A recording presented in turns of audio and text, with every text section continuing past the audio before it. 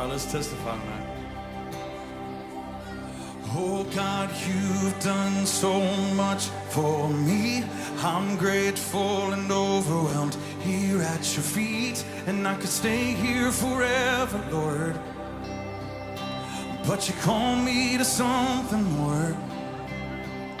And I hear you say that you have a plan to use every broken woman and man to display just how good you are. We are your living pieces of art. What good does it do to hide away when all of my scars are a picture of grace? All right. So I will testify of the power of God. Tell the word of the hope I have found. For my body was broken, my heart was made whole, and that's too good to keep to myself. So I will testify of the power of God. Oh, do you believe it? Has He done it for anyone else? I said, has He done it for anyone else? Cause the God that I serve, He's always at work. Has He done it for anyone else? So come on and testify of the power of God. Come on and tell the world of the hope we have found. For our body was broken, our hearts were made whole, and that's too good to keep to yourself. Come on and testify of the power of God. This is my story, this is my song, praising my Savior all the day long. I'm gonna testify. Somebody testify your voice. This is my.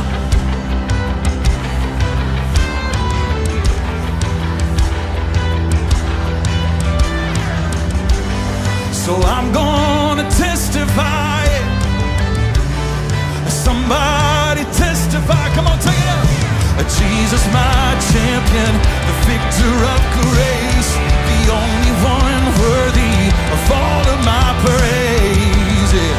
So come on and testify. Oh, somebody lift Him high. Come on, testify of the power of God. I will tell the world of the hope I have found. Oh, for my body was broken, my heart was made whole, and that's too good to keep to myself. So I will testify of the power of God. Sing it. Oh, my body was broken, my heart was made whole, and that's too good to keep to myself. So I will testify of the power of God. Oh, let's do that right now, Murfreesboro.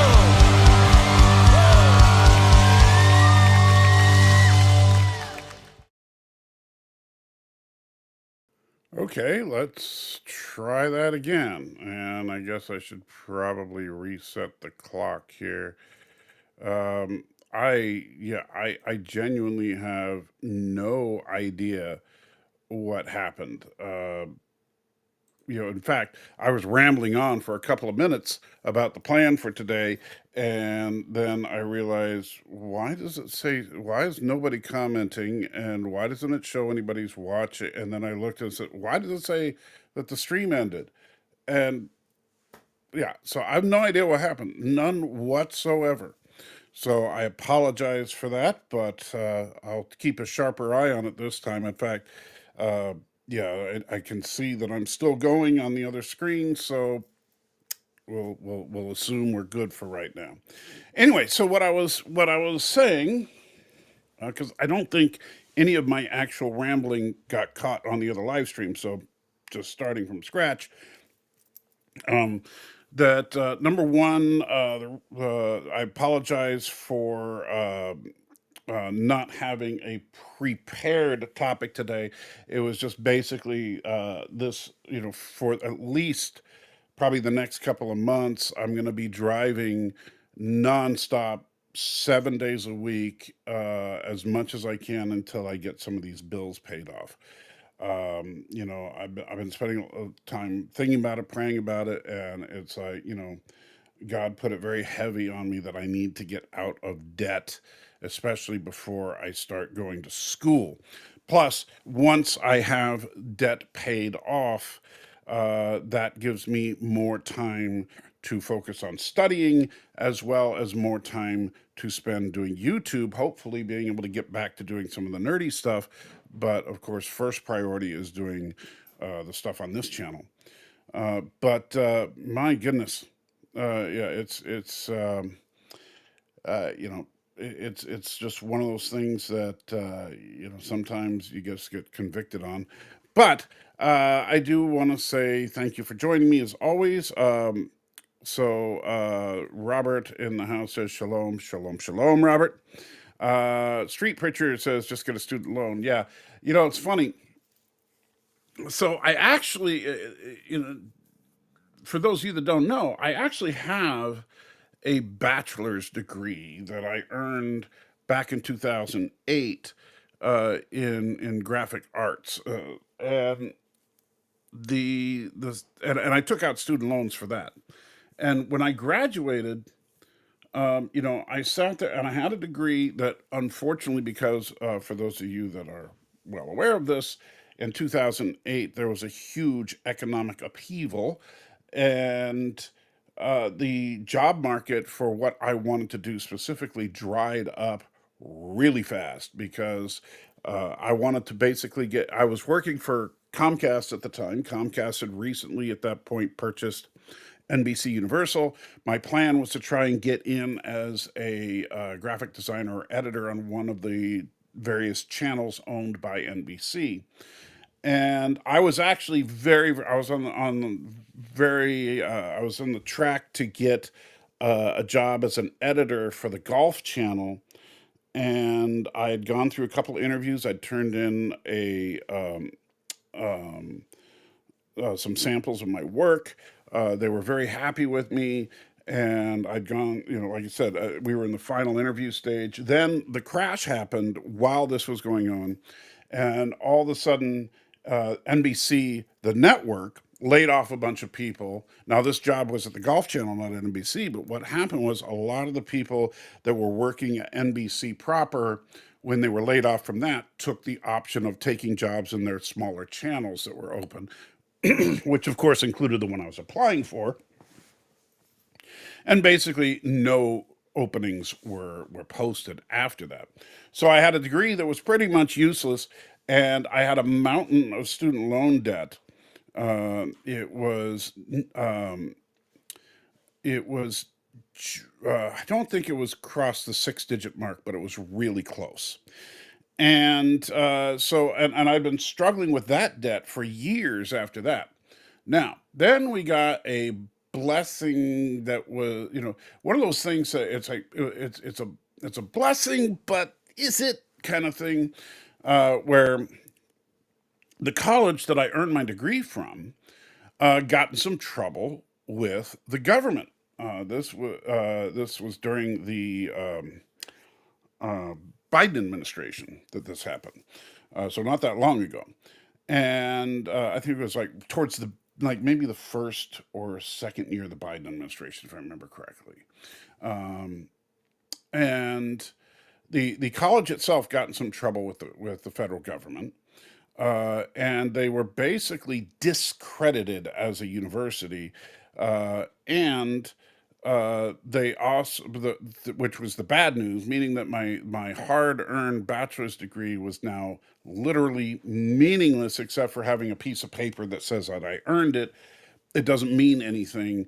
Like I can't get transcripts or anything like that because that college has now been pretty much eliminated by the federal government.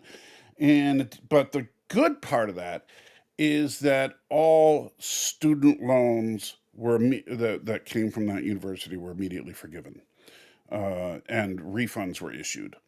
Now, that was only for the loans. The stuff that I paid out of pocket for books and stuff like that, sorry, you're out of luck, So I still lost a bunch of money on the deal, but at least that mountain of student loan debt was wiped clean. Um, so that was pretty harsh, um, but I think it better prepared me for now because because now that I'm a little more focused on what I want to do, now I have a better idea what to expect from college, and now I have a much higher level of maturity to prepare for all of this. And so I definitely will not be going into debt again for an education. Uh, but I'm also, this is going to be a much tougher endeavor than getting my graphic arts degree, because graphic arts, well, not a cakewalk by any stretch. Um, I mean, the general ed stuff was pretty standard. I mean, English, I had to take some writing courses and stuff like that. Math, we had to do algebra 1, algebra 2, not trig, geometry. So nothing really heavy there.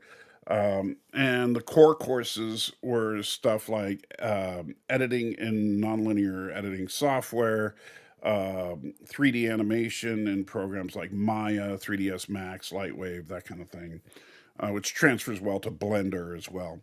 Um, Animation techniques and stuff like that, design techniques, stuff like that, some videography stuff like how to properly frame a shot and that kind of thing. So there was a lot of good courses there, but and it wasn't super duper like, oh, I could do this in my sleep easy, but it didn't, it wasn't super challenging to me either. Moving into what I'm preparing for next year, going into physics, that's going to be a challenge, because we're talking higher levels of calculus as far as the math.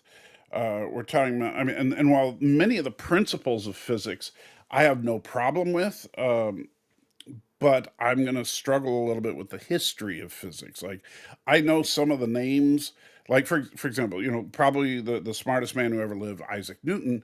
I know a significant amount about what his contributions to physics was, but if you ask me when Isaac Newton lived, clueless. I think it was in the 16th century or something like that, but I'm not 100% sure. So I'm going to struggle a little bit with the history stuff, and the math. While I will probably enjoy, is going to be difficult because it's higher level math than I'm ever even considered. But I think the end rewards will be well worth it. So I am looking forward to it. Um, anyway, Miss Moneypenny in the house says she's in Indiana visiting family. Well, I hope that they are enjoying your company and that you are enjoying theirs. Apparently, they'll give them anyone student loans. They will, and they shouldn't. I think student loans. My honest opinion of them at this point, student loans should be abolished. The entire concept, taking out a loan from a bank to get an education, is wrong, because and again, I'm just going by my own personal opinion and all that. I think that if it's a public school, education should not be expensive. I can understand if it's not free, but it certainly should not cost $100,000, right? And of course nowadays it's far more than that, and that's insane to me. I think that people should be able to get at least to a bachelor's level without paying for it. As far as master's and doctorate level stuff, I'm mixed on it, but I still think that education should not be an expensive endeavor. Ariel in the house says Michael was just teasing and snickering, knowing we all needed church. Was just teasing and snickering, knowing we all needed church fix. Stop holding out on us, man. Give us the good stuff, man. that's that's just weird. Gorilla in the house. Good to see you, Gorilla. Says Kapla. Street Feature says probably better you didn't have to edit golf. You know, I would have enjoyed it because even though I'm not a golf fan at all, the editing stuff, I really do enjoy editing it. I could spend all day long in DaVinci Resolve editing a project, regardless of whether I thought the project was personally compelling or not, because I just love doing it. You've never had anyone ask for university credentials. Generally speaking, employers don't, unless you have an extremely specific job requirement, like they want to know exactly what math classes you take, but that's unusual. However, if you're going to get, say, if you have a BA or a BS, and you want to get a master's or PhD, or even like, and one thing I considered for a while, you want to get a teaching credential so you can teach in public education or something.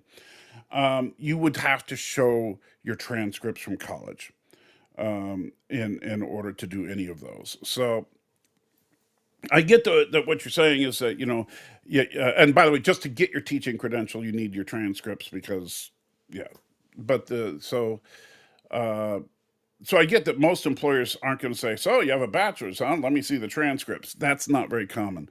But if you're going to use that bachelor's for further education or certification, you will need it. And weird, my name has changed. Yeah, isn't it usually Stan Lee? I think. I think that's you, right? Um, and Robert says, let's have a moment of remembrance how the late June Lockhart passed away at 100. I did not hear she'd passed away. June Lockhart, loved her and Lost in Space. Probably because college and university aren't really worth much anymore. Best thing, probably go with a job in of trade like construction, auto repairs, cooking, and that kind of stuff. I would say this. So, I know that people like, the,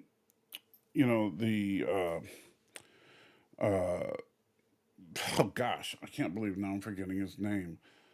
But anyway, but there are a lot of people out there that will say college is a scam, right? That's something we've heard, I'm sure, or that college is not worth the money and that kind of thing.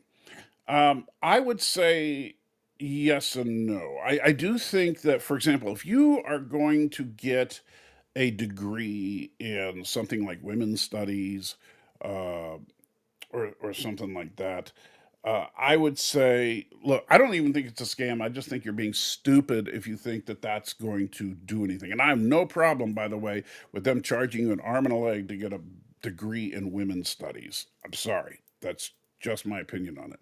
However, there are some fields in which you really do need that higher level of education. If you're going to be in engineering, if you're going to be a doctor, if you're going to be a lawyer, things like that require higher levels of education. And in my case, wanting to be an astrophysicist, again, basically every job for an astrophysicist, particularly in astronomy, is going to require a doctorate. So it absolutely is not a scam in that case. But it is, in my opinion, kind of a waste of money if you're just going to go and take classes in something that has no relevant field attached to it. And then who? Math is weird. There's an answer. Um, and there's specific rules, but for some reason it's still hard. Oh, there's an answer and there's specific rules, but for some reason it's hard. I here's the funny thing is I think math is fun for the most part, as long as you know what the rules are. Like I'm refreshing myself on a website called Khan, Kahn, that is actually a really good website for basically you can it takes you through. I have it set up to take me all the way from basically pre-algebra all the way up to calculus, so that I can kind of be prepared. And so I'm spending as much time as I can going in there and doing little refreshers. And I'm in like early algebra right now. And the funny, like, there are some things I've forgotten, but when you go into it, when it says, okay, resolve this, and they show you an equation, or reduce it to the simplest terms or whatever, I, as long as you understand how all that works, I actually really enjoy it. Sometimes it's like a puzzle to me, and it's fun. However, if you don't know what the rules are, it can be extremely frustrating. And that's one of the reasons I'm going through all this, so that I try to refresh myself on all the rules before I go into higher levels of math. Yes, Mrs. Robinson from Lost in Space, and that's what and Lassie. Yes, well, she wasn't Mrs. Robinson and Lassie, but yes. Huge loan when you're 18 and have no assets. Yeah, that's insane. Like, because by the time you graduate, you'd be, on average 21, 22 years old, and you'd have, $150,000 in debt, and no job. Well, from my understanding of math, from my pops and great granddad, that you can get to that same answer by several different ways. Well, yes and no. And like when you get like basic arithmetic, you talk about new math and stuff. New math makes no sense at all to me. But fortunately, when you get into higher levels of math, basically algebra onward, there are there are different ways to express something, but not necessarily different ways to do the actual math. So, for example, if you go 2x minus y, or minus y plus 2x are the exact same thing, even though they're expressed differently, right? So, little things like that. But I think that how you actually resolve an equation or how you reduce the terms, I don't think really changes much. Yeah, math is sneaky like that. Only reason up this early is that a 5-year-old run in and jumped knee first onto the lap. Oh, yeah. Gotta love that. Street Preach says, exactly, school is really only good if you want to do more school. Well, it's good if you want to do more school, or if you have a career path in mind that requires it. If you want to be an electrician, for example, it makes no sense to go to college to learn about electricity. You should get into an apprenticeship program. Right. If you want to be a carpenter, if you want to, or if you want any kind of trade that doesn't require the higher education, then don't waste your money. But if you want to do something that does require it, by all means. Yeah, Stan is using my email or something for some reason. No problem, just odd. Yeah, well, I figured it was you because I've seen you as Street Preacher before. So yeah, a degree in social skills. Yeah, that kind of thing. But at the same time, if I'm going to see a therapist, I want them to have a master's degree, right? Salty Trekker, back to school 2.0. That's right. Ariel says, Michael, going back to schools like Rodney Dangerfield, Rizzi with the same name. Yes, indeed. And yes, Bat Dog is here with me. She's snoozing. Never got past pre-algebra. I'll tell you, some of algebra gets a little complicated, but I think it's interesting. And I do, but like, I don't know exactly what they mean. Like it says, I'm going to be taking linear algebra. I don't even know what that means exactly, but we'll find out. I can't help seeing Dr. Claw and his cat whenever Salty picks up the dog. Well, no, Inspector Gadget. Right. Let's see. Yeah. I'll get you next time, Gadget. All right. Didn't have any of my pops or great granddad's math abilities. Well, I'm sorry about that.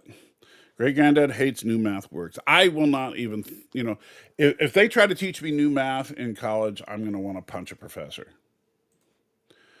Apprenticeships. That was the word I was looking for. Yes. Yeah, if for a lot of trades, apprenticeships is a wonderful way to do it. However, yeah, if it's, I would only say go to college if, and I talk to kids about this all the time. Like, I don't say don't go to school, but I'll say, hey, so you're going to go to college? And they, yeah, well, what are you going to take? Oh, I don't know. I said, well, you know what? You do not want to go into college without an idea of what you want because you're just, pissing away money if you do that, or pissing away your parents' money, or you're taking about a bunch of student loans that are going to pay and you're going to have a ton of debt for the next 20 years trying to pay that off for no reason. Yeah, just because it was the thing to do. Everybody was just planning on going to university college after high school. Yeah. Darren in the house. Good to see you, Mr. Wagner. Says most liberal arts degrees are not worth what they cost at the moment. I would agree. And again, that's why I say that, unless you have a path in front of you that requires it, I wouldn't waste the money. And no plan at all, just everybody was going. Yeah, and I see that a lot talking to kids doing the Uber thing. That a lot of kids are just, they go to college because this is what their parents expect, or because they think that having a degree is going to magically land them a six-figure job. And it's like newsflash, even people that have degrees in specific fields don't come out of college and immediately land an extremely high-paying job. That's an extraordinary rare thing. Most people, even people that get doctorates generally don't make a lot of money out of the gate. Even people that have professions that notoriously make a lot of money, like doctors and lawyers, don't make a ton of money right out of the gate, right? Because you got to pay your dues, and that's something that a lot of people, especially these younger generations, don't understand. They think, oh, well, I get this magic piece of paper and all of a sudden I'm going to be rich. And it's like, no, unless your parents are already rich, that ain't going to happen. Let's see. Yep, just got a bachelor's in English lit. Yeah, see, that's one of those things. If you have a bachelor's in English literature, yeah, what are you going to do with that? You know, and the only way it's in any way useful is if you have a job where they say you have to have a college degree, but they don't care what the degree's in. You know, at least I read half of a few good books. Ariel says, "Okay, so get on topic of theology. Question: Where was Jesus actually crucified? Was he actually in Rome or was it an Israel area? If no, Jesus never went to Rome. Paul went to Rome, but Jesus never went to Rome. He was crucified just outside of the city of Jerusalem. Yeah, that's actually a pretty easy one. And yes, it was Jerusalem. And yeah, he was basically like, and we see it in a lot of the movies where he's in Jerusalem when he was being punished. And maybe I think part of the confusion might come from the fact that it was Romans that did the actual killing. However, that's because Israel at the time was occupied by Rome. And so Rome had literally conquered Israel and had soldiers there to control it, but it was still Israel. Israel hadn't been wiped off the map yet.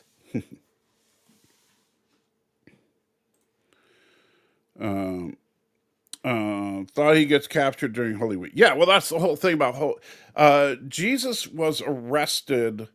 Depending on, I know there's some debate about the exact time and date, but the most common belief is that Jesus was arrested on Thursday, put on the cross on Friday. So he died Friday, and then he resurrected that Sunday.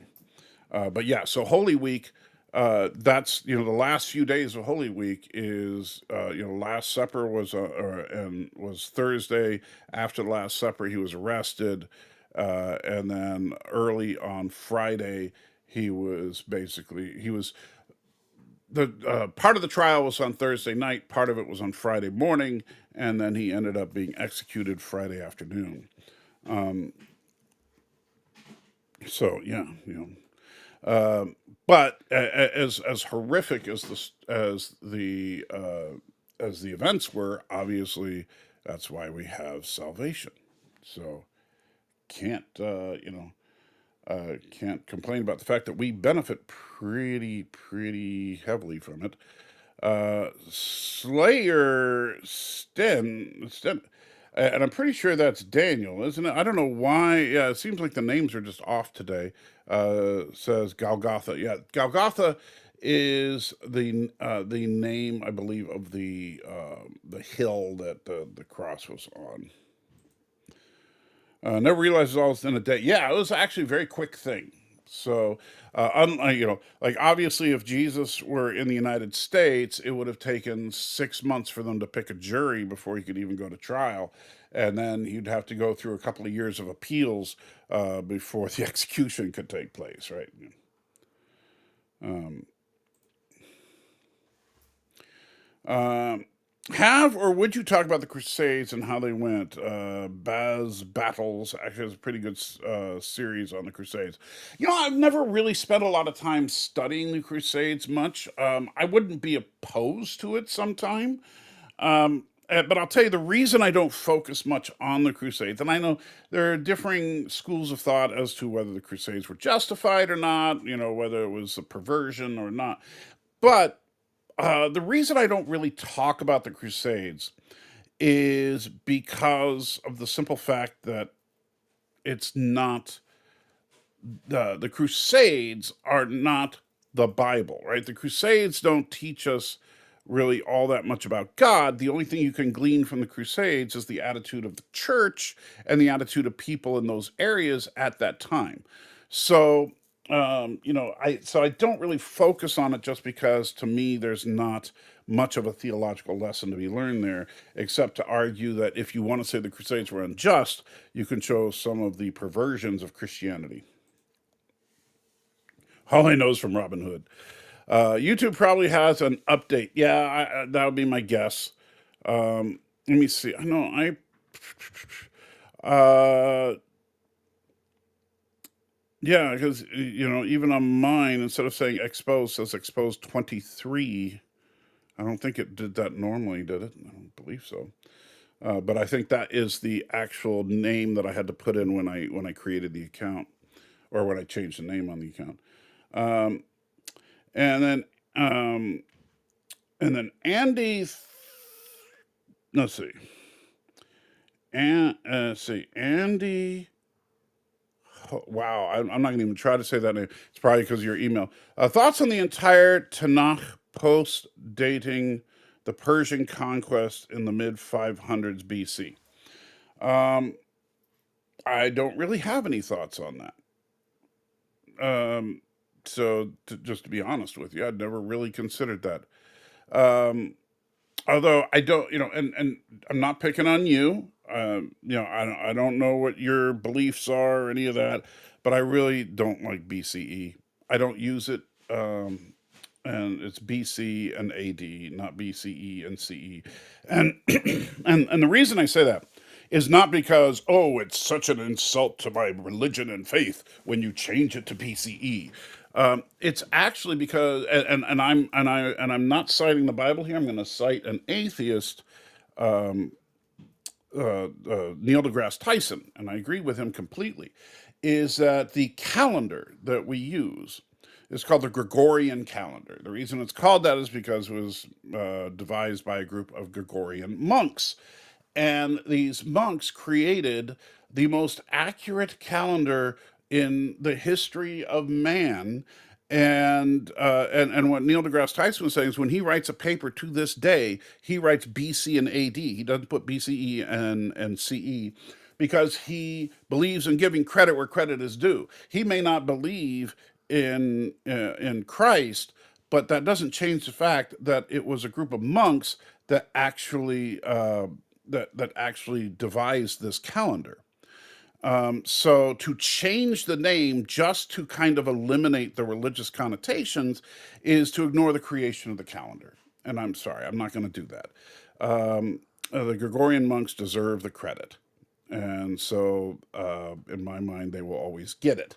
And hey, I'm not a Catholic, so I don't agree with them theologically, but they did come up with the calendar. And regardless of whether you call it BCE or BC and CE or AD, the funny thing is the dividing line is still Christ. So you're not really changing anything. Now, the only way that that would make sense to me, if you're going to change the count, would be if you completely changed the dating system. And so, like, if there was some other significant event that you wanted to base the date upon, but they don't. And in fact, what I would say is that even then, if you're going to continue to try to have some continuity, then you could start with the year zero now and call this the CE for the Common Era, and then you would have AD for the era before it, and BC for the era before that. And yes, my name is Daniel. Yes, I know.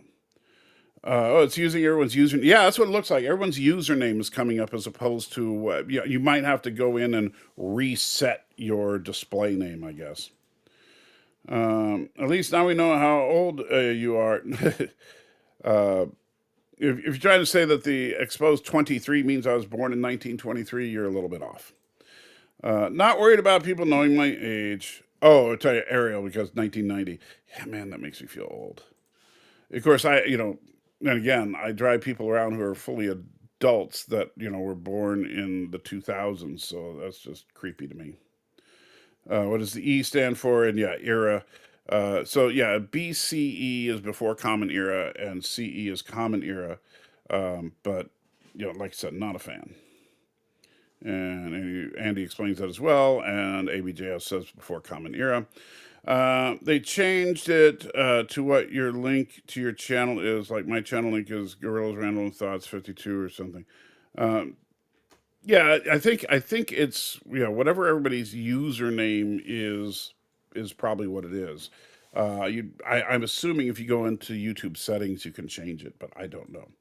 Isn't Neil deGrasse Tyson one of the ones who got rid of Pluto? Yes. And actually, to be honest, even though, to me, when I grew up, there were 9 planets. Based on the definition of a planet, Neil deGrasse Tyson was right. Pluto is not a planet by the actual definition. And one of the problems with calling Pluto a planet is that means that we have to call Ceres a planet. Most people don't even know what Ceres is. And there's actually about 3 other known objects in the solar system that are as big as or larger than Pluto that we would have to call planets if Pluto is a planet. But based on the actual definition of a planet, Pluto is clearly not a planet. So, yeah. And yes, before Common Era. Just realized Daniel 9 was just thinking, what is your thoughts on eschatology? I prefer the pre-tribulation rapture so far. I personally do not subscribe to the concept of a rapture. There's the rapture itself is not in the Bible. It's only something that people infer from a few different verses in the Bible. It's kind of like the Trinity, right? The Trinity is not in the Bible, but it's heavily implied. But the rapture, I don't think, is as heavily implied. And one of the things, like for example, when you're talking about pre-trib, the concept of the pre-tribulation rapture has some serious problems. Because it says, oh, okay, so pre-tribulation rapture means that all the Christians will be swept up into heaven before the bad things of Revelation start to happen. Except that who's going to be trying to get people to repent and educate people on Christianity and stuff like that if all the Christians are gone? So I think you run into a little bit of a problem there. Selling off their properties. Not sure what you're talking about there, Robert. Ariel says thanks. Not sure to what. I'm assuming we'll be doing something with it in the future. Again, not sure what you're talking about. BC is the only necessary. The rest just makes it complicated and harder to remember. as far as like changing it, you mean, or are you? I'm not 100% sure what you mean there.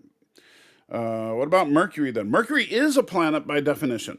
Because keep in mind, a planet is not and that this is actually something that's kind of interesting. A planet is not a body of a specific size. If you look at the actual definition of a planet, it has to have enough mass so that its gravity forms it into a spheroid, right? So it's not necessarily a perfect sphere, obviously. It's actually, more egg shaped than, it's not really egg shaped, but it's like it's fatter in the middle than it is at the poles because of the fact that the planet kind of bulges due to its rotation. However, it has to be somewhat spheroid from the gravitational field around the planet. It has to be orbiting the sun, so it can't be orbiting another planet, right? So, like, that would be a moon, right? So, if you have the moons of Jupiter or our moon, any of that, the moon can't is not considered a planet because it's orbiting Earth as opposed to the sun.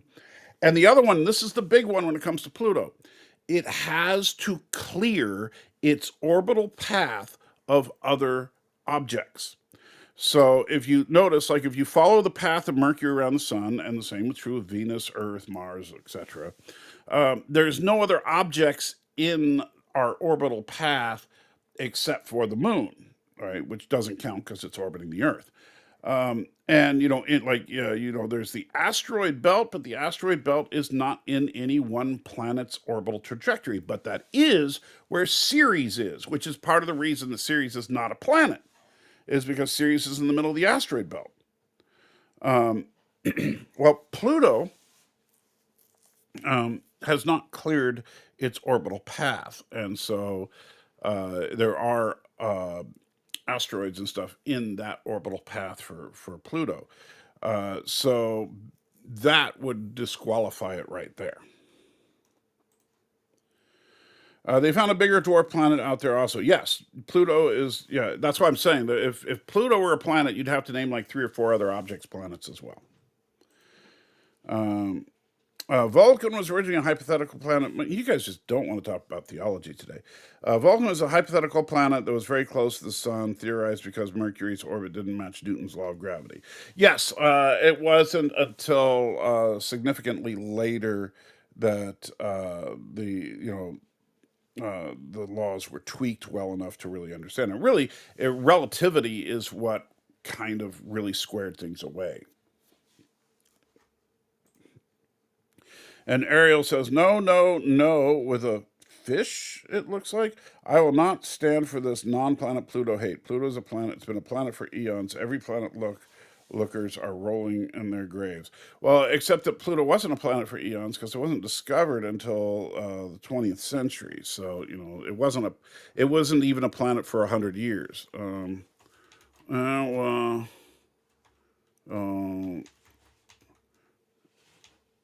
Pluto was discovered in 1930.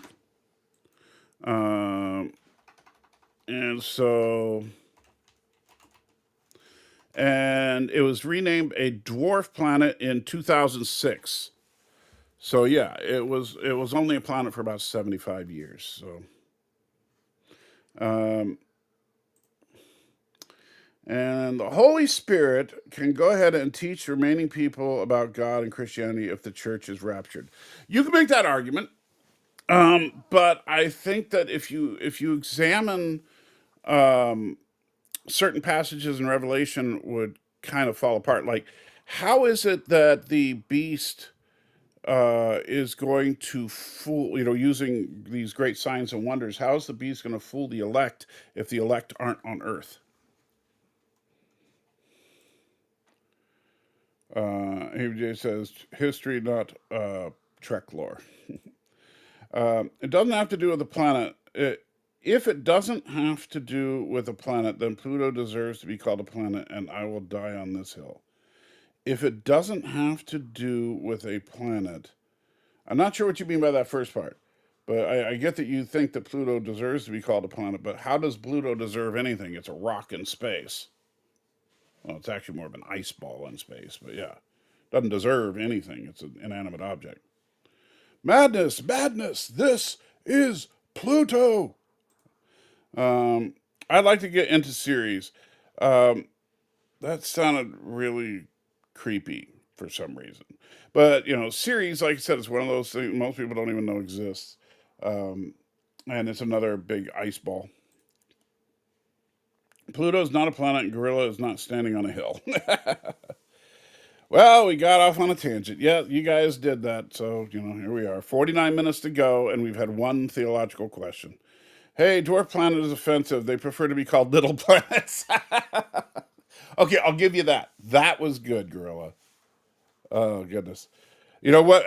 What we'll do is we'll rename Pluto to Dinklage. How's that? Sorry, Jerry. Though Scripture tells us the reason why God created the planet. Though Scripture tells us the reason God created the planet. So, yeah, to mark the days and seasons and all that. 1930s when it was discovered. Yep, we both agree on that. Also, Pluto crosses the path of Neptune with its orbit.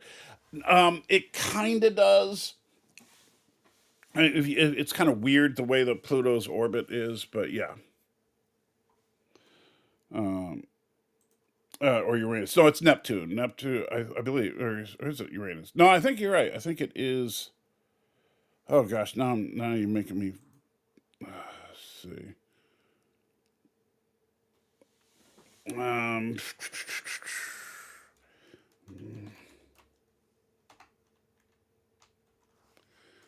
now you're driving me crazy. Yeah, it's Neptune. Neptune is the furthest out, not counting Pluto. But Pluto, I believe, is considered technically to be part of the Oort cloud. They inhabit the interior series in the expanse. Yes, that's what you were talking about. Yeah, and that actually, probably a lot of people know about Sirius just from the expanse. Well, I'm just studying eschatology right now, but I'm sure that if the rapture does happen, it might not necessarily be pre, though I lean that way, although I'm not sure the elect are deceived. No, I don't think the elect are deceived, but I think that, let's look at, let's see. Okay. So we're looking at, that's not what we need. Thessalonians, blah blah blah blah blah. Come on, okay. It looks like it's Revelation 13, but we'll take. So we look at Revelation 13, and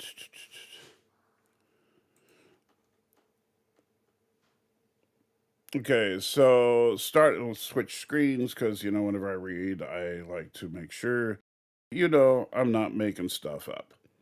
All right. Um, then I saw a second beast coming out of the earth. It had two horns like a lamb, but it spoke like a dragon. It exercised all the authority of the first beast on its behalf and made the earth and its inhabitants worship the first beast, whose fatal wound had been healed. And it performed great signs, even causing fire to come down from heaven to the earth in full view of the people. Because of the signs it was given power to perform on behalf of the first beast, it deceived the inhabitants of the earth. It ordered them to set up an image of honor in the. Let's see. That's what translation is this? This is the NIV. Okay, where is what? That's not what I was looking for. Maybe let's keep going here. It was ordered them to set up an image in honor of the beast who was wounded by the sword and yet lived.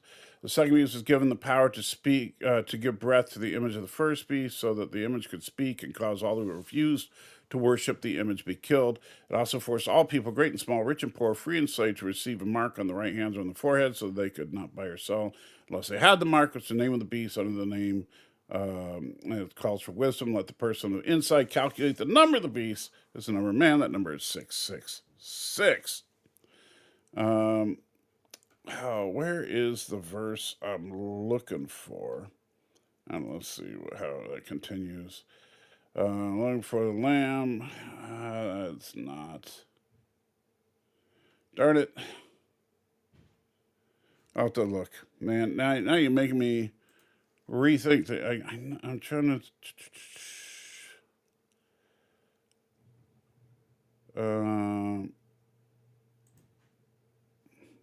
Blah, blah, blah.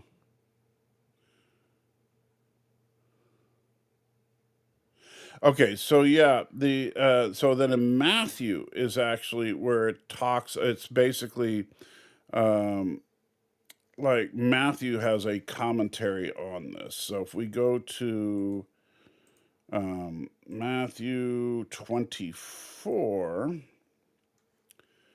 and where is that? 24, it looks like.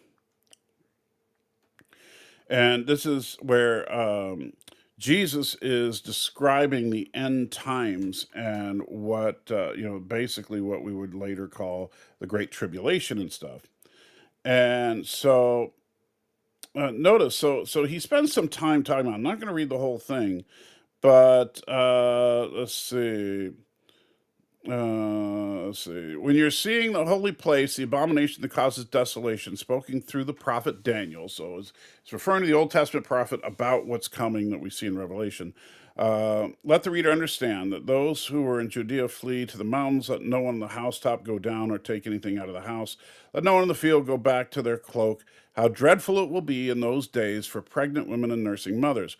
Pray that your flight will not take place in the winter or on the Sabbath, for then there will be great distress, unequaled from the beginning of the world until now, and never to be equaled again. Notice he's talking about what we label as the Great Tribulation. If those days had not been cut short, no one would survive, but for the sake of the elect, the days will be shortened. At that time, if anyone says to you, look, here's the Messiah, look, there he is, do not believe it. And he's again warning about what we're going to see with the beast and basically the Antichrist. For false messiahs and false prophets will appear and perform great signs and wonders to deceive, what we just saw in Revelation, if possible, even the elect. So Jesus is describing that the elect are going to be around at that time during the Great Tribulation.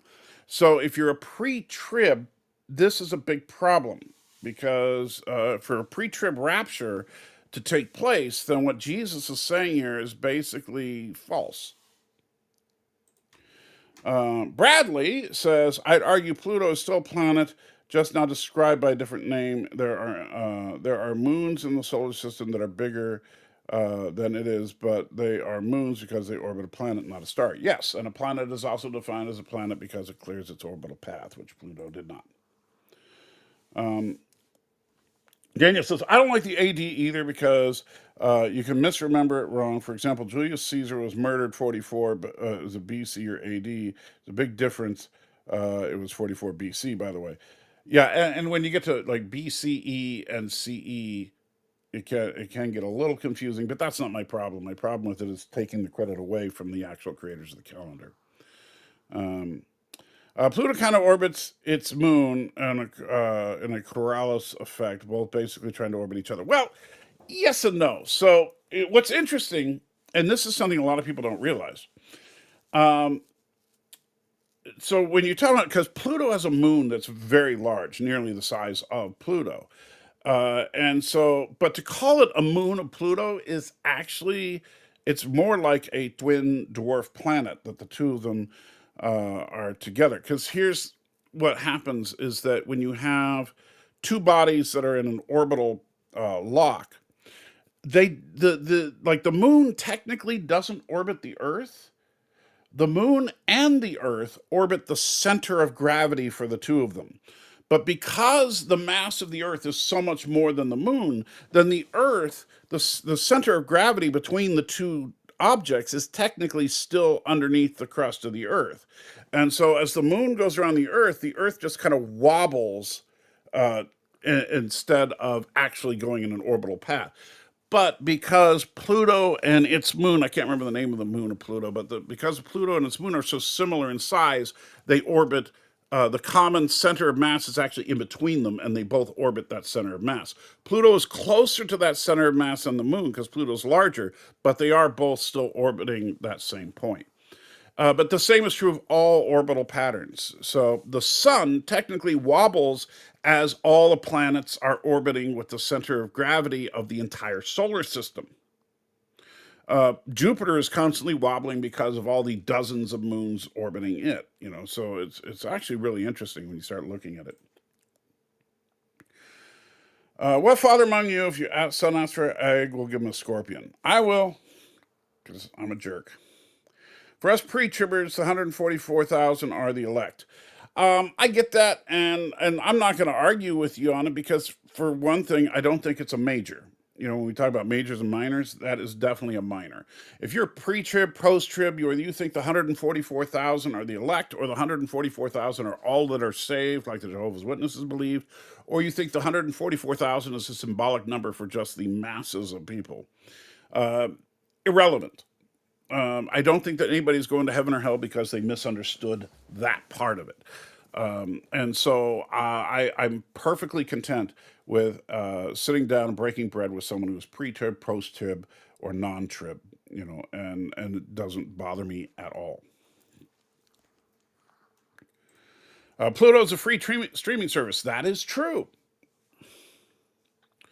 Our sun wobbles as well because Jupiter's massive gravity. Well, not just Jupiter. Technically, even if Mercury was the only planet, or even if Pluto was the only planet, the sun would still wobble because it would still move along the center of gravity between the two objects. Syrah, I think, is Pluto's moon. You might be right. I don't know just off the top of my head. The spot it wobbles around in the sun is in the sun, but it does wobble a tiny bit. Yes. And so it's basically just on a larger scale the same kind of thing between Earth and our moon. Is that in any two bodies where one appears to be orbiting the other, the two are orbiting the center of gravity of the two.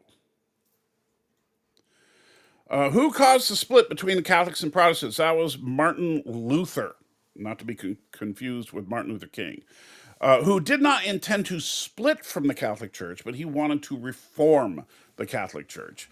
And he was then excommunicated, and a lot of people in the Catholic Church started following what Martin Luther's objections were, and eventually that became a couple of the first Protestant churches. The most well known would be the Lutherans.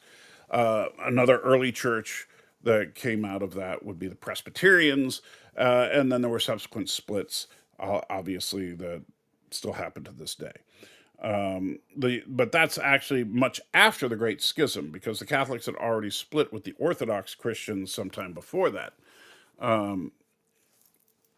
So yeah, but and so that's why the Catholic Church and the Orthodox churches both claim to be the one true church because they feel that they have the apostolic succession, meaning that you go from Peter directly to whoever the next leader of the church, and the next and the next and next to the Catholics think to the current pope, and the Orthodox believe to the current ecumenical council, but and of course, various Protestant churches have differing opinions on whether or not they have apostolic succession or not. Personally, I think that it's missing the point to fight over those kinds of things because, in fact, Jesus even talked about it when talking to to his apostles, because remember, I'm trying to remember it might have been James and John, but I could be wrong.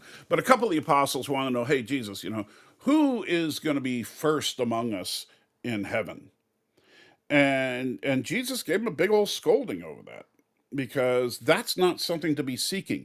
It doesn't matter if your church is the direct descendant of the original church. That's irrelevant. What's relevant is whether or not you're following Christ.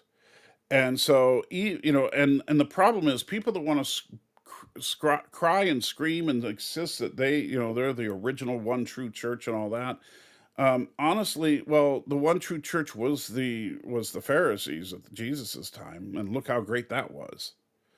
The Catholic Church, I would argue, if you were going to say either of the churches, any of the churches were the true original church, I would say probably the Catholics. But the Catholics also did some horrifically bad things as a matter of Catholic doctrine, things like the indulgences, which is an absolutely horrific idea. The idea of paying off the church to get your family member out of purgatory early is it's just a really, really It's as bad as televangelists to say God said, "Give me $1 million." That's which, by the way, did happen back in the '80s, but it's that bad. It really is. It's horrifically bad, and it doesn't matter that the Catholic Church was the one true church because they were the one true church when they were doing bad things as well. What matters is whether or not you're following Christ. And, I would make arguments against the Catholics and the Orthodox churches as being truly following Christ. But I would say the same of most denominations of Protestant as well. Don't get me wrong. I'm not talking about the individuals who happen to I don't think every Catholic is not following Christ. I don't think every Orthodox person is not following Christ. I don't think that every Methodist or Presbyterian or Baptist or whatever are not following Christ. But when you look at church doctrines, those doctrines a lot of times are not following Christ, and people that insist that the doctrine has some level of authority, sometimes superseding the Bible, that is blasphemy. And so I'm sorry. That's one of the reasons I call myself a non-sectarian Christian or non-sectarian Christ follower, because I don't sit there and say, well, Martin Luther wrote this, and John Calvin wrote this, and Thomas Aquinas wrote this, and that doesn't matter. I mean, it can be interesting, and these people can have good wisdom in their writings, but to put it at some level of authority, it's true because Thomas Aquinas said it, or it's true because Augustine said it, or whatever, or it's true because the Ecumenical Council agreed to this, right? That is blasphemy. Nowhere in the Bible does it say, the closest you get is when Jesus gives Peter the keys to the kingdom, so to speak, when he says that, that he will found the church, and anything that he binds will be bound in heaven, and anything that he looses will be loosed in heaven. But even that's not saying, and by the way, you can just change everything if you want to. No. Moving on to other theological questions. What do you think of dinosaurs equals dragons? I think that's an interesting question. Dinosaurs and dragons do have some interesting commonalities to them as far as the look and obviously, as far as we know, dinosaurs didn't breathe fire, but it is actually kind of interesting when you look at some of the similarities.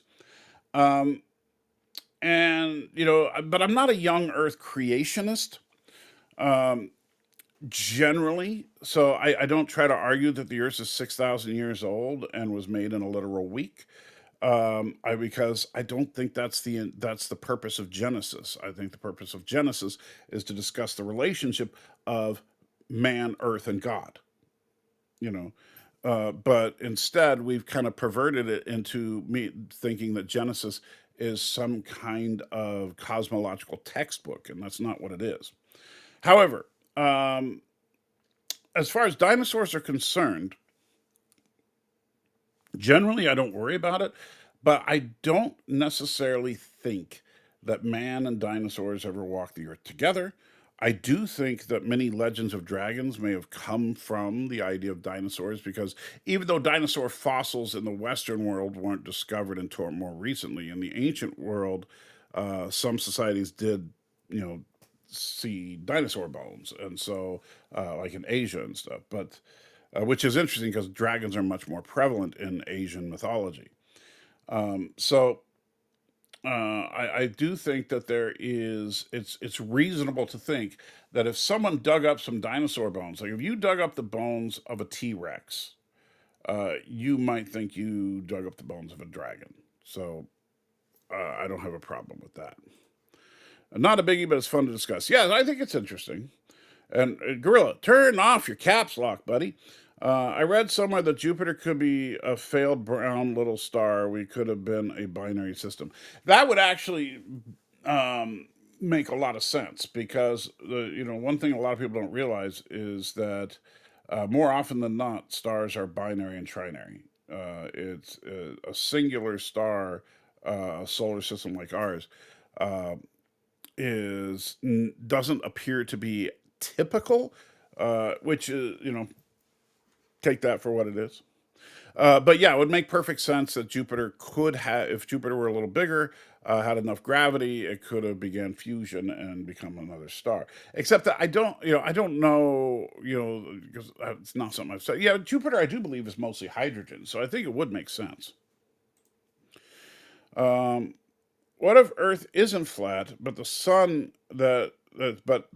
is flat? Can we even go there? Well, that wouldn't make a lot of sense because of our observations of the sun. Now, granted, it's hard to see the sun directly, but we can. Especially like during eclipses, you can actually get some really cool imagery of the chromosphere. And using our satellites and stuff and various filters, you can get a pretty good look at the surface of the sun. And it's pretty clear that the sun is spheroid. So I find that would be a hard one to swallow. ABJ says Pluto's an animated miniseries inspired by the world of Astro Boy by telling a compelling narrative of AI and weapons of mass destruction. Well, I've never seen that one, but I will take your word for it. Gorilla says Friday night, Walton review. Grandma Walton got so offended that Zelda Mayfield was going to share playing the organ at church. They threatened Reverend Fordwick that she has to share. She will turn Methodist. I have no. Friday night. So you're reviewing the Waltons. So okay, I get you. The funny thing is, I grew up in a Methodist church, and the Methodist church is really weird because there's these ultra leftist liberal Methodists, which unfortunately is the kind of church I grew up in. And then you have very conservative Methodists as well. Um, but most people just know about the ultra lefties because they're the loud ones. But the Methodist church is, it's, again, I don't like and the Methodists do this. The Presbyterians do it hardcore. And the funny thing, like most of my dad's family is actually Presbyterian, but the Presbyterians are very hard on doctrine. And as are, most churches have a lot of doctrine, but the Presbyterians, man, they turn it into an art form to have doctrines. And I just have a problem with following doctrine. It's not biblical. Um, we saw someone casting out demons in your name. We tried to stop him because he was not following with us. Jesus replied, "Do not whatever is for us is not against us." Ah, yes, the old. You see, and that's actually what's interesting about that particular passage. In fact, let's look at that one since. Let's see. They are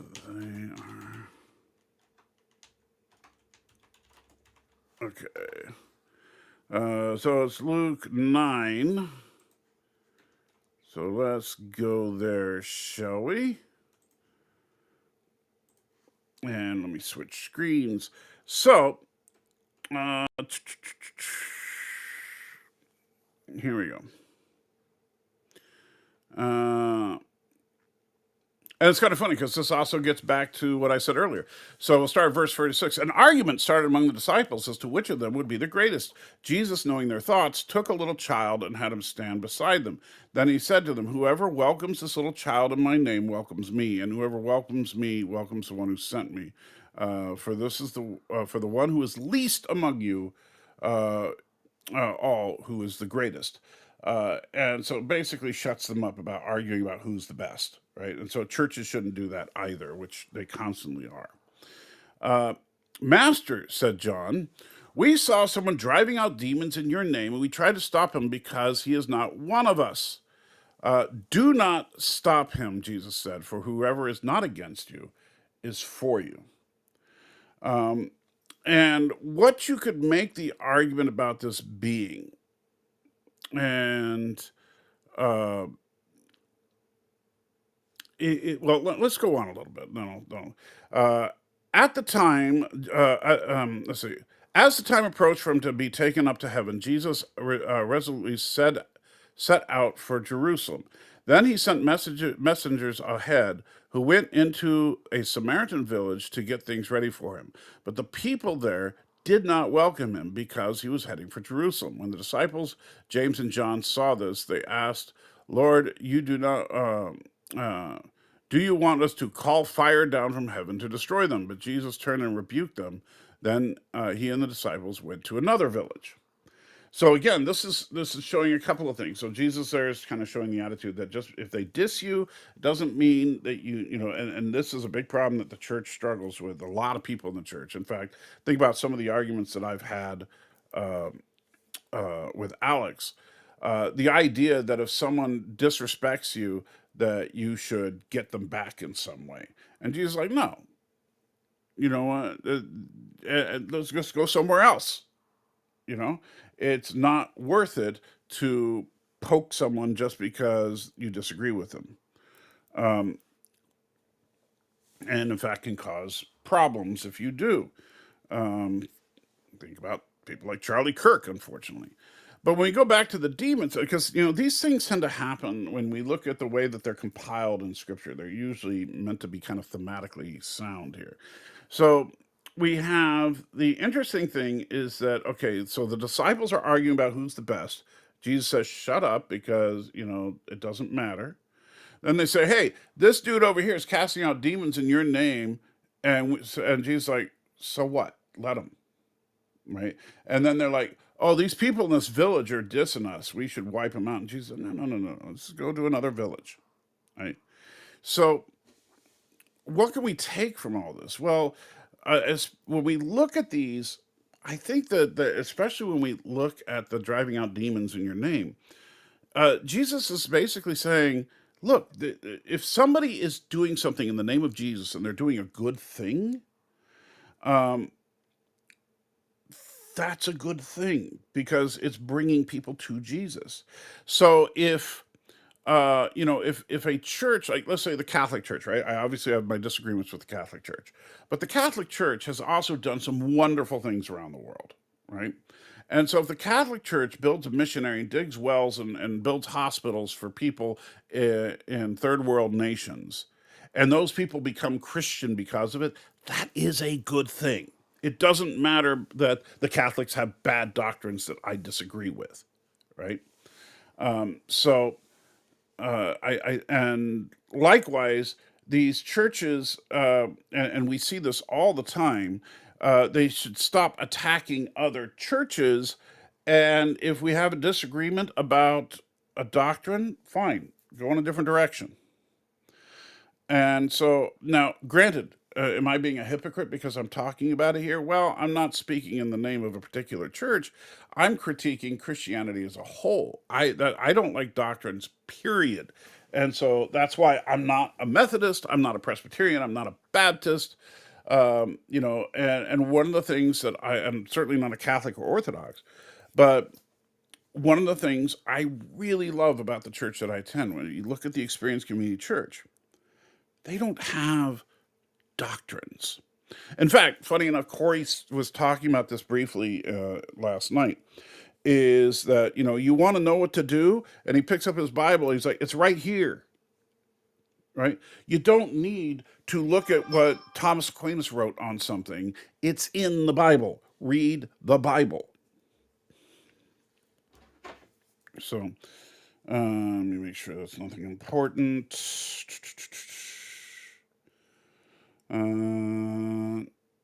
Nope. So yeah, a lot going on there. Like when kings gave monies to monks in order to get it. Yeah, that kind of stuff is horrible. I take that as accept Catholics who follow Jesus despite major theological. I take that as accept Catholics who follow Jesus despite theological differences. Yeah, absolutely, I agree. I said it in a more long-winded way, but yeah, again, my issue is not with individual Catholics. Heck, my mom's side of the family is extremely Catholic, right?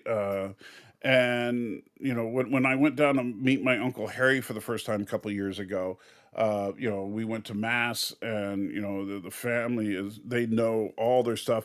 Most of the boys on that side of the family were altar boys. I mean, they are extremely Catholic. And talking to these people, they're like any other group of people. Some of them, you get the feeling they just show up to church because it's the thing they're supposed to do. Others are very devout in their faith. And so, just like any other group, I think that there are saved people in every denomination, and I think there are people who are not saved in every denomination.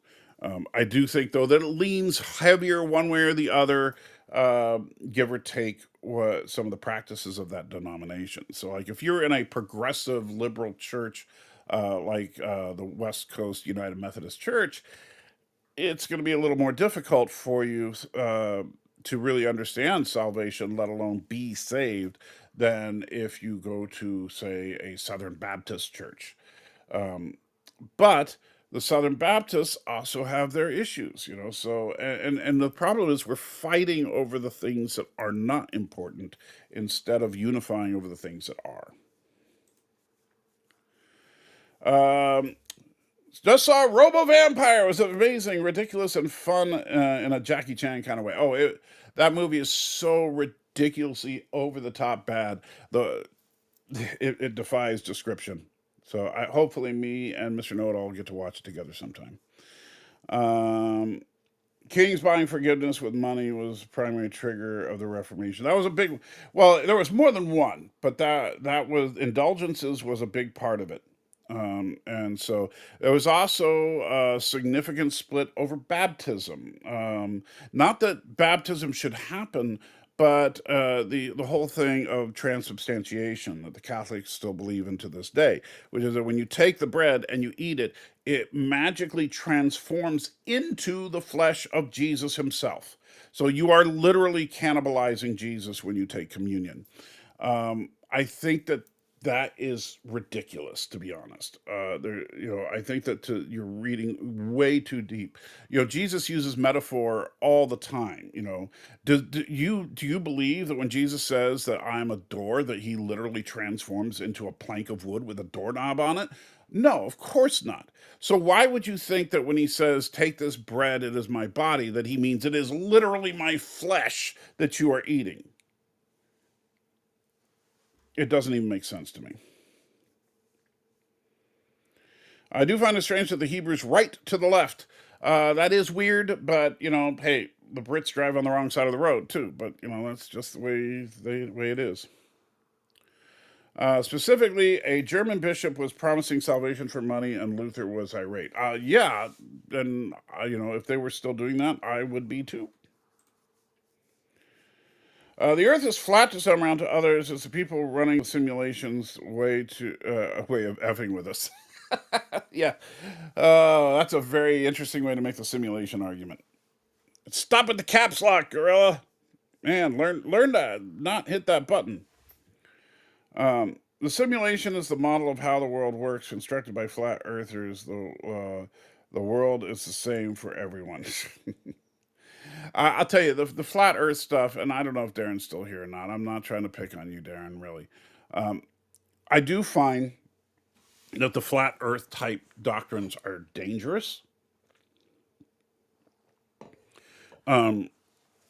Because they push people away, and it's kind of like when Jesus is saying, "Hey, they're bringing people to in." That's great, but at the same time, if you're doing something in the name of Jesus, and Jesus warns against this as well. In fact, let's find that. Let's see.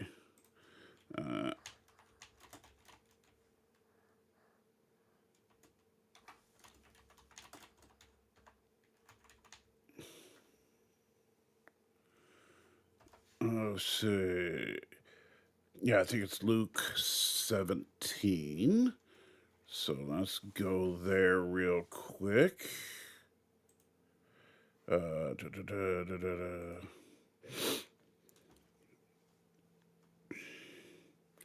And 72.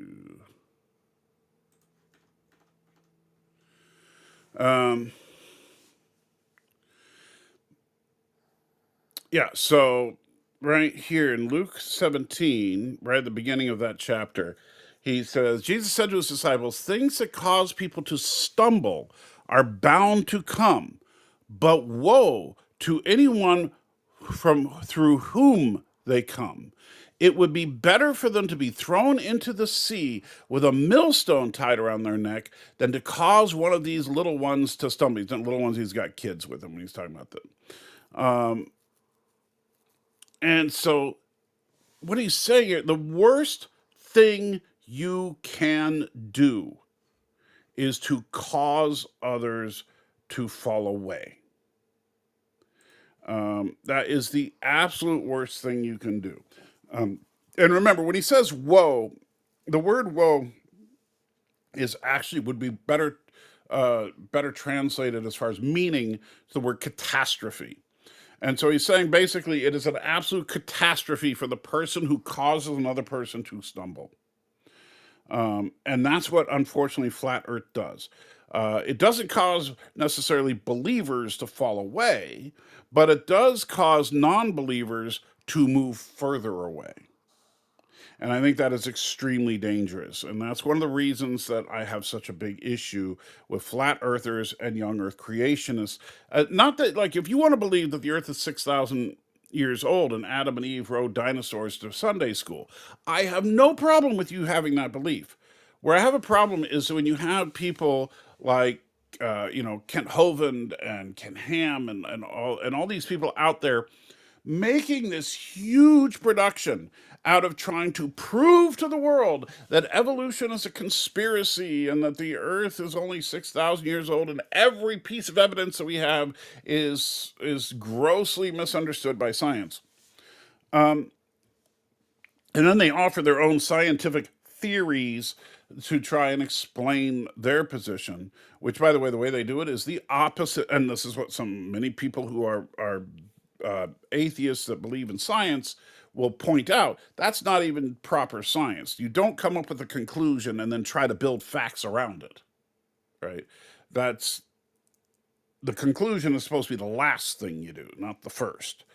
And so when you're putting stuff out there, when Kent Hovind is out there preaching the flat earth like it's the most important thing there is, and I kind of get why he does it, because I think in his mind he's thinking, hey, if they could just understand that the world is, or not flat earth but the young earth, if they could just understand that the earth is only 6,000 years old, then they'll have to accept that Genesis is accurate, and then we'll get them. They'll be Christians. It'll be awesome, and we'll all celebrate together and have roast beef in heaven, right? That sounds great, but the truth is that when people see the kind of stuff that he says, they just laugh and say, look how stupid Christianity is. Why would I want to be a part of these delusional idiots that want to sit there and deny what's right in front of them as far as the world? Right? It's one thing to say, hey, I think that your practice is wrong on a moral basis, but it's a very different thing to say, this is a basketball. It doesn't make any sense to argue that things that are clearly one way are something else, except to take a extraordinarily limited and, by the way, not practiced interpretation. Like the whole young Earth creationism thing didn't even come around until like the 19th century. And as far as flat Earth, guess what? The Earth was considered a globe long before Christ came around, and yet yeah, it doesn't make any sense. But whatever. Were the churches at one time basically the first Red Cross before the Red Cross became a thing? Oh, absolutely. The churches, and that's where the churches. A lot of people forget the church has done a lot of good in this world. The church, and particularly the Catholics, credit where credit is due. That's where hospitals come from. There's a reason that remember when I was in the hospital a few months ago, that hospital is called St. Thomas. Guess why?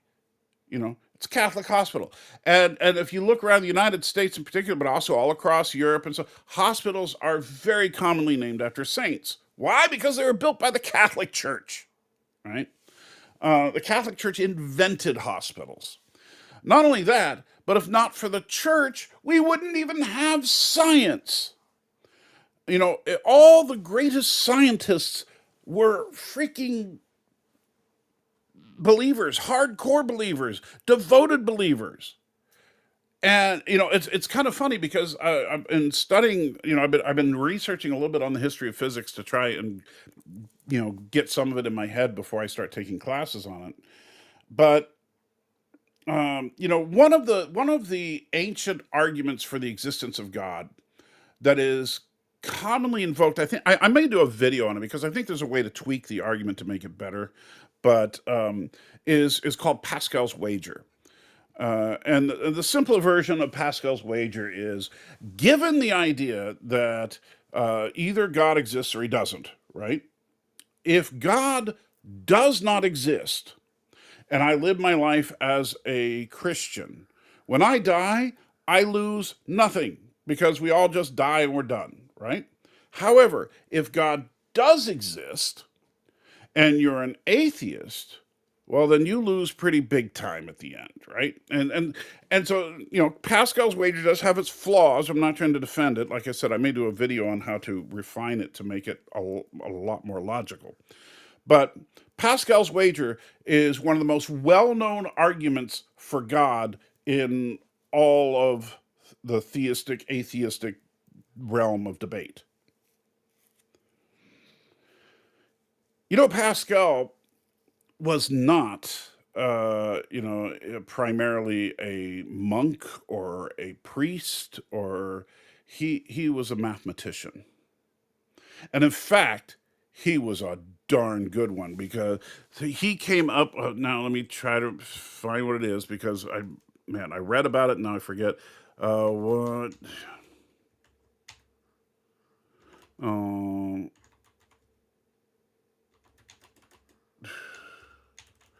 um,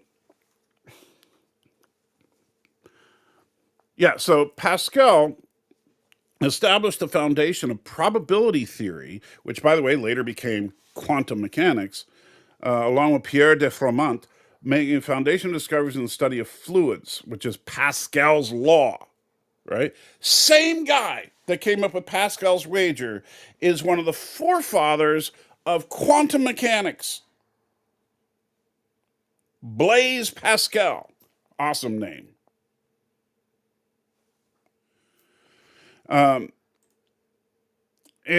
so it's ridiculous to think that that all these that science somehow is in conflict with scripture. Science was created by theologians. So yeah. As far as the origins of the Red Cross, I'm not 100% sure. But to this day, many churches, and a lot of them are great. Like the Methodists are good about this, the Baptists are good about it, the Catholic Church has done an incredible job. One of the things they do is reach out to people in underdeveloped areas to provide food and medicine and shelter. And of course, they also try to evangelize. But they take seriously, and they absolutely should. Remember, I think, I'm trying to remember where it is, but it's in one of the epistles about, how if you go to a person who is starving and you say, bless you, you've done nothing for them. You need to feed them first so that they're not starving, and then you can give them the word of God. You don't just say, oh, well, bless you. God loves you. That's not a way to help people that are struggling. But unfortunately, way too many Christians to this day, they hear any kind of problem from somebody, and their answer is, "Well, I'll pray for you." You know, and with some things that's appropriate. Like I had a lady that I drove in Uber yesterday who's having trouble in her marriage, and she was telling me about some of the problems with her and her husband. And she was a Christian, and she was actually in Nashville for a Christian conference. And so when she was telling me all this stuff, and at the end, when she was getting out of the car, I said, I will keep you and your husband in my prayers, and I hope that you're able to mend this marriage, right? And she said, thank you. That's an appropriate, I'll pray for you. But if you're walking down the street and some guy is standing there with a little sign saying homeless need help, and you got a wad of money in your pocket and you just say, bless you and walk on, you're an a hole, right? I tend to, when people tip me in cash on Uber, especially in $1 bills, I keep them in my car in a certain spot so that when I pull up to an intersection, if there happens to be a homeless guy begging, I whip out $1 and give it to them. And I know that there are people, including my own pastor, who says, don't do that because, they're probably getting drugs or they're probably doing this or they're probably doing that. And you know what? That's prejudging the person because that person, you're right, he might be wanting the money just so he can go get some booze or drugs or if it's a girl, maybe she's sex trafficking or what, doesn't matter, because I don't know, but that person could be in genuine need. And if I just walk away and ignore them, then I think I'm ignoring when Jesus said, as you did to the least of these, you did to me. And I don't think Jesus would want to say, well, you're probably just going to go get drugs, so I'm not going to help out. And the first, Blue Cross. Well, Blue Cross is an insurance company, but yeah. Thank you. I think you had to sacrifice a goat if you were healed from a skin disease. Yeah, we talked about that in Leviticus this last week. Oh, by the way, so there's not going to be a live stream tomorrow, but we are going to do one on Tuesday. And Tuesday is going to be a doozy, people. You don't want to miss it. We're finally getting to the one you've been waiting for, bodily discharges. Gorilla says, I work my butt off to be able to buy God's food, aka bacon, and the kids eat every last piece and don't even leave me one. Well, you should probably teach your kids about honoring their father. Although I do think it's interesting that you think bacon is God's food when pork was expressly forbidden in the Old Testament. But the pigeon is the copay. Later, y'all heading to church with my family. I'm visiting. All right, you have a good one, Miss Moneypenny. I'm going to be wrapping up in just a couple minutes myself. And a rabbit, deductible. Until later, Madam President Penny, enjoy church. Yes. Just like nowadays, so much unbiblical movements going on as Christian nationalism. The new apostolic reformation is happening nowadays also. I'll say this, Christian nationalism, I find that really bothersome. And I know people want to basically make Charlie Kirk into a saint, but I'm sorry. Christian nationalism is just flat Earth and young Earth creationism. It's right up there with them because newsflash. Look, there's nothing wrong with being patriotic. Not and I love the United States. I'm so thankful that I live in this country and not a country where I have to worry about someone chopping off my head one day, right? So I'm very thankful for that. But the Declaration of Independence, the Constitution, are not scripture.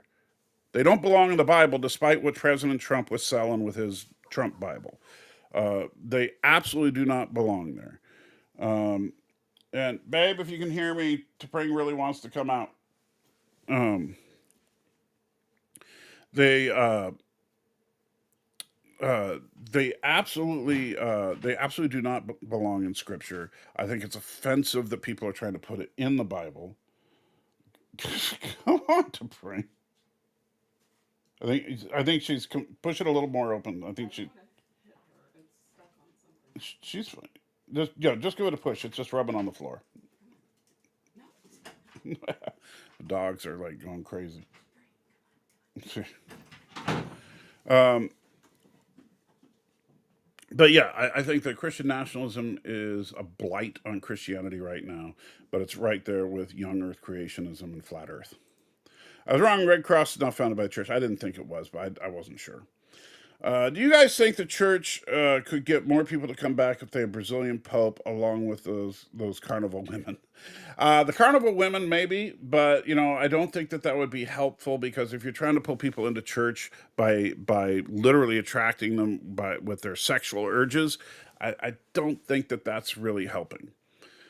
Just like I don't think it helps the movement when these progressive Christians flaunt homosexuality. And yes, I saw the alarm. I'll be wrapping up shortly, just so you guys know. Um, Kind of what this conclusion first is people that do a maze starting at the exit. Yeah, well, except that doing a maze starting at the exit, you still got to work your way through the maze. It's just that what happens when you start with your conclusion is that you really set yourself up for some serious confirmation bias, and that you're only going to look at evidence that supports your claim, and you'll tend to ignore evidence that is against your claim. And I do think there's a problem in science with this right now. And in that we have several significant theories that are based on conclusion first. And, one of the reasons I want to get into astrophysics is to try and combat that a little bit. And I'm hoping that I can do that. Francis was not that far from it, Ariel. Francis was not that far from that, Ariel. Oh, Pope Francis. And did it work? Well, Pope Francis did actually attract a lot of people to the Catholic Church, but I don't think that attracting people by being more progressive is a good thing. Because all that happens, you're attracting people and you're affirming their sin. And when you're affirming their sin, you might as well give them a one-way ticket to hell. Because if you are living a sinful lifestyle and not even thinking about the fact that what you're doing is sinful, then that's a bad thing. Now, I don't necessarily know if it'll condemn you to hell or just get you, make it more difficult for you going to heaven, but I don't think that either one of those is a good thing. Um, and so you're asking someone who wants church growth, but not under the Pope. Well, I'll tell you, yeah, I want people to come to Christ. I do not care if you come, even though I know I've given, I haven't seen him in a while, but Alex, I give a really hard time about some of the Orthodox stuff, and I give Catholics a hard time over some of their stuff, and believe me, I'm thinking about. I mean, I could go through every church that has doctrines and talk about my issues with those churches. But I would much rather you go to a Catholic church or an Orthodox church than not go to church. And even though I think that, Catholic and Orthodox have some messed up doctrines. So going to a flawed church is better than not. And by the way, all churches have flaws. As again, I think Corey pointed this out yesterday. Churches are made up of people, and people are flawed, and people will make mistakes. So I don't expect any church to be perfect. Corey has said some things, minor things, of course, but some things that I've disagreed with. That's like the homeless thing I mentioned earlier. That's okay. We can disagree on minor issues. I have no problem with that whatsoever, because I know that Corey and I are aligned on everything that's truly important. Though the second Earth age we're living in now is 6,000 years old, give or take a few years, the Shepherd's Chapel has many teachings about the three Earth ages, all backed up by Scripture. Well, I'd have to see something to, just saying that they have it doesn't tell me much. But, I know that as far as there are some people that believe that, for example, it's the idea that from Adam to today is about 6,000 years kind of lines up with human history, because, uh, you know, basically, if you look at civilization, yeah, it's about 6,000 years old, right? So it makes sense. That's all fine and dandy. However, to go prior to Adam to the creation of the world in 6 days is problematic. And that's where I think the big problem with young earthers is. I have no problem with, saying, well, from Adam to today is roughly 6,000 years. It's actually 5,000 and some odd years, whatever it is. But I have no problem whatsoever with any of that. I do have a problem with suggesting that the earth was created just 5 days prior to Adam. They were looking for God but found physics. No, actually, well, here's the funny thing. They weren't looking for God. If you look at some of the great minds in early physics, they were just simply trying to, they were trying to get closer to God by understanding his creation. And unfortunately, modern day, people that believe in scientism, that is it's almost a religion, but it really should be classified as a religion, but it's belief that science can explain everything. But if, to people that believe in scientism, they think that somehow science has ruled out the necessity of God. And there are many scientists, prominent scientists, even like Richard Dawkins, of course, famously one, that believe that somehow because this scientific theory is true, and by the way, I will never say it's only a theory when it comes to things like evolution, because a theory means it's well tested. But but just because it's fairly safe to say that evolution, even though I don't agree with every line of Darwinistic evolution, it's safe to say there's some form of evolution that took place on this planet. That being said, that doesn't mean God doesn't exist, but it does mean, and this is where people like Dawkins miss the point. And I think, honestly, I think he doesn't intentionally, but that's just my opinion. Is that all that does is, at best, if you accept some form of Darwinistic evolution took place, it means that the young Earth creationist interpretation of the first chapter of Genesis could not be true. That's it. That's all that means. So I think to say that somehow evolution disproves God by people like Dawkins is not only disingenuous, it's quite frankly beneath someone of his scientific credentials. Now, how the Pope is actually Brazilian with those carnival women trying to bring people back to the church is a joke that Robin Williams did. Okay, I did not know Robin Williams did that joke. However, I thought you were just asking seriously. I miss playing Whack-A-Bot to see which mod was fastest. Oh man, don't say that too many times, because I don't want it to happen again. You have no idea, Gorilla, how much I had to fight with YouTube after those, because I kept getting flagged because of the hate comments and stuff that those people were putting up. Did they tell the guys they could help him get to heaven for free? No. If you're talking about the indulgences and stuff of the old Catholic Church, no. It's just like today we have televangelists that say, "Hey, you know what? I'll send me $49.95 and I'll send you this certificate that says you're going to heaven," or whatever. Stupid. And there's a few of those homeless people with really nice, expensive shows. Always look at the shows because they have $500 shoes. Because they have $500 shoes, they don't need the money too badly.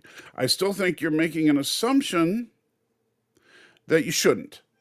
Because if you have a home, I mean, look, if I'm pulling up and there's some guy that's well dressed and well taken care of and all that, for all I know, he only became homeless 2 days ago, and before he became homeless, he had some nice shoes. So what? I'm not going to assume that they're not really homeless just because they have nice shoes. Now, is it possible the guy's totally scamming and just trying to make some extra money? Yeah, it's possible. But what does the scripture say? Well, if somebody asks for something, you give it to them. Well, then I guess that ends that discussion, doesn't it? Because it doesn't say, if they ask for something, unless you think that they're trying to scam you.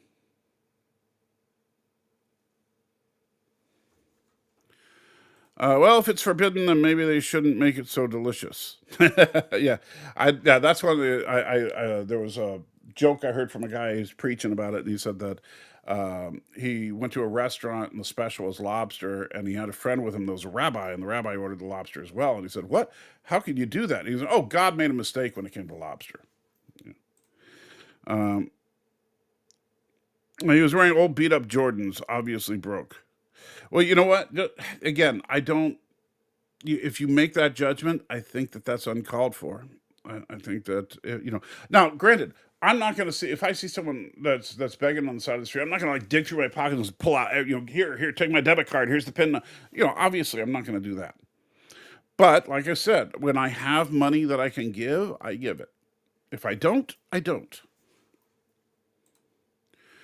Well, you need to know, Gorilla. Some rich guy could have thrown them out because he didn't like them, and homeless picked them up. Yeah, that's possible too.